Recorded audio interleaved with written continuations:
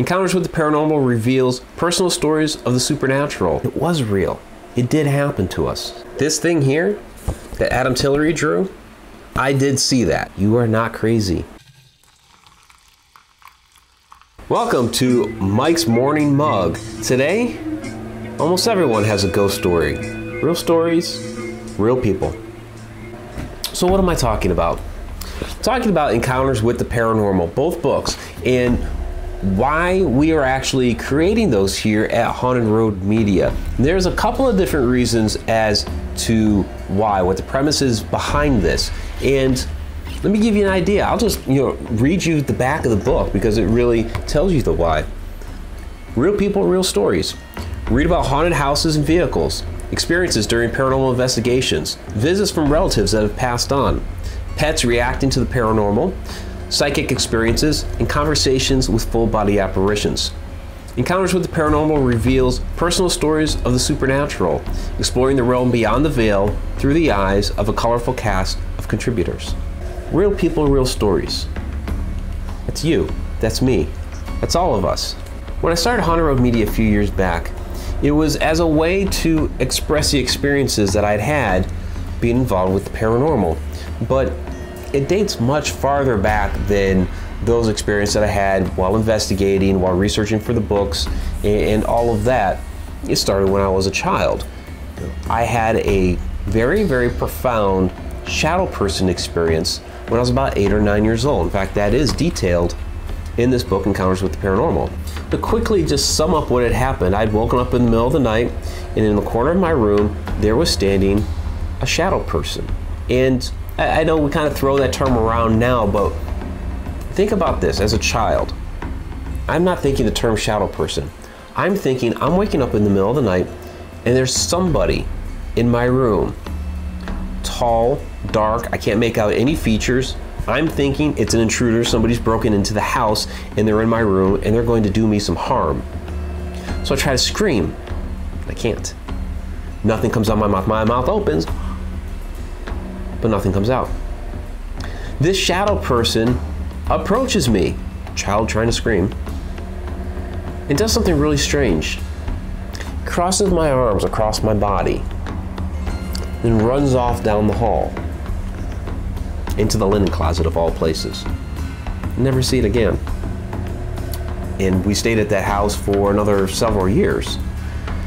Now I've had a number of people come forward in recent years and say, well, it could be that this thing, this entity, thought that you were dead and was putting you in a burial pose. Okay, maybe. It certainly wasn't a dream like my parents tried to tell me. And so here I am, set off on this quest to try to figure out what this was.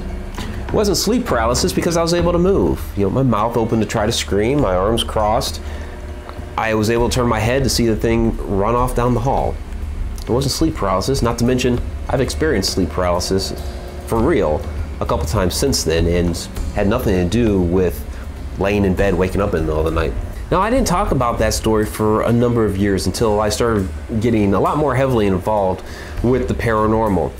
Even early on when I had my first investigation around the age of 15, 16 years old, I didn't talk about it. Of course, it was only an investigation by technicality standards. We were just kids and we didn't even realize what we were doing, but we were actually investigating for paranormal activity at the house. And then some of my more formative years, as I was researching and studying and talking to people and starting to get involved with the paranormal, I wasn't approaching it from, hey, I've had these experiences. It was more, let's find out about, what these different things are, because there was that, connotation about, you say this, people are going to think you're crazy.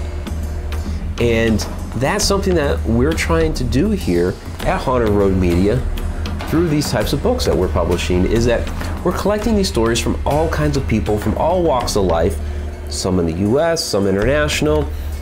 Some are, writers that have written in books, some are just regular people off the street that have been kind enough to share their experiences. They're just like you and me, because they've also had an experience, and they too thought that people would tell them that they were crazy, for talking about this as if it was real. But you know what?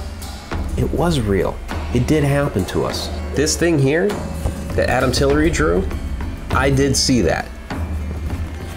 That's my shadow person. And I've actually seen more shadow people since then in different ways, but not this particular one. Again, if I hadn't talked to a number of people that are also involved with the paranormal, that have also had these experiences, I probably wouldn't have said anything because people would think I'm crazy. But I'm not. I'm quite sane, thank you very much. One of the greatest things that I've been able to take away from being involved with the paranormal and the supernatural is the people that have come up to me, whether it be face-to-face in person at conferences and conventions, or through social media like Facebook, or even some of the comments on YouTube, people thanking me for helping to reassure them that they really did have that experience, that no, they aren't crazy. And so that has been really, really satisfying doing what I do. So for this second one, we'll get into the second aspect in just a bit. But I say in Encounters with the Paranormal Volume 2, if there's one thing to take away from this book for the readers that now possess it, it's that if you've had a paranormal experience or have witnessed something you can't explain, you are not alone. There are many others out there who have experienced the same phenomena as you. Reach out and find those people and take comfort in the fact that you are not crazy. You're not. We're all part of the same tribe. We've all experienced something that normally couldn't be explained, which is why we call it paranormal. Now, something else that we are doing with these books, and it started with this one right here, Encounters with the Paranormal Volume 2, is we are also helping historic locations that are on the brink of destruction to gain some funds. And to me, this is very important that, like on the front cover here, it's the Goldenrod Showboat, which is out in Campsville, Illinois, but it had been a mainstay there in St. Louis on the riverfront for decades.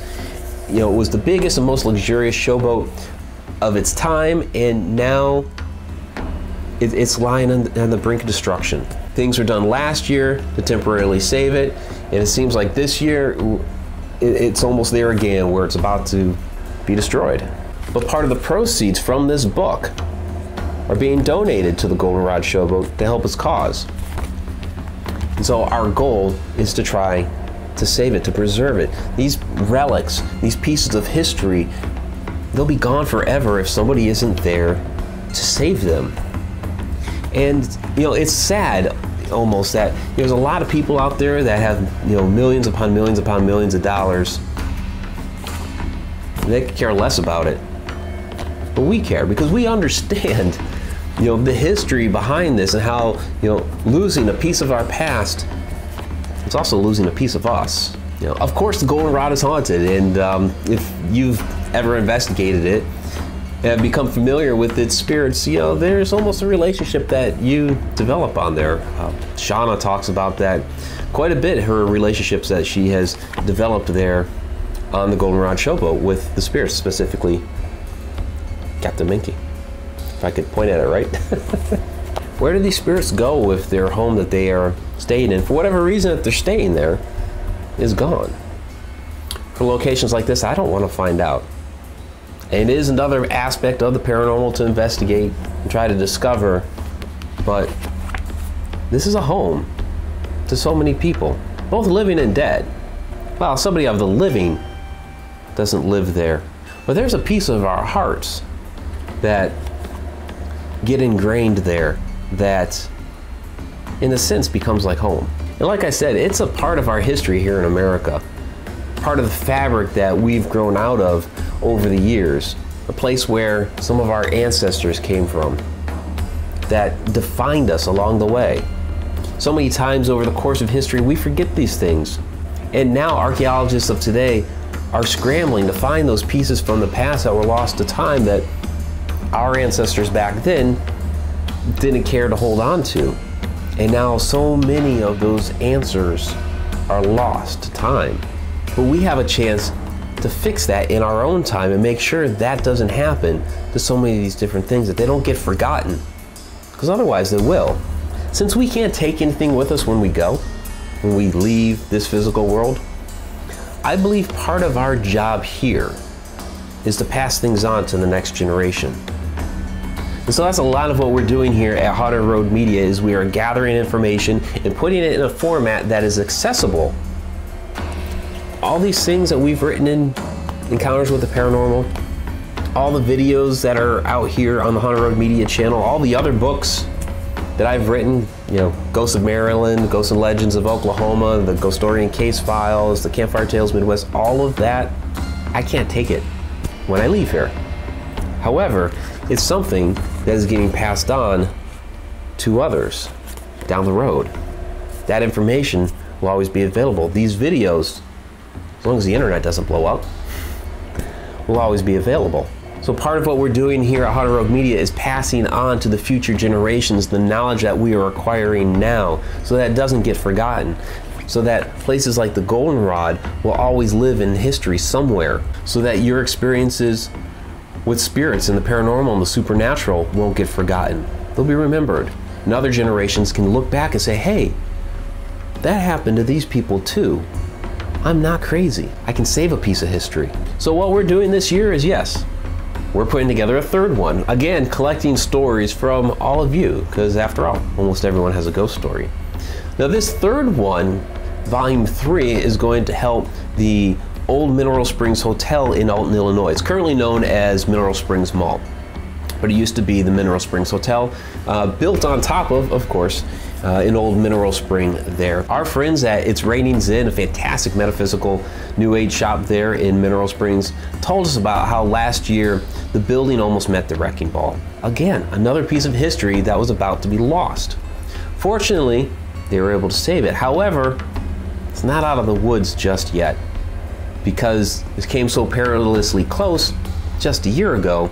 There's always that chance it could meet that fate again. So we're doing the same thing that we did with this book, is that part of the proceeds will be donated to Mineral Springs Mall, otherwise known as the old Mineral Springs Hotel. I don't know, I just like calling it the Mineral Springs Hotel, because to me that's what it was. So through July 31st this year, which is 2017, we're still collecting stories for this third installment of Encounters with the Paranormal. So if you would like to share your ghost story, you don't have to be a fantastic writer. That's what editing is for, and we do that on our side. Please go ahead and contribute through the Haunted Road Media website. You can just use the contact form there. You can email haunted@hauntedroadmedia.com. That's another way to do it. Or contact me through social media. Of course, I'm Mike Ricksecker. Or you could just hit up Haunted Road Media on Facebook through the page, and Shauna could take care of you too. Of course, those that contribute will get a free book. You'll also get access to author discounts. So please go ahead and get in those submissions. Like I said, the deadline is July 31st, and we will have that book out before Halloween this year. So thank you for joining me for coffee this morning, going over a couple of books, and please, if you haven't yet, subscribe. Until next time.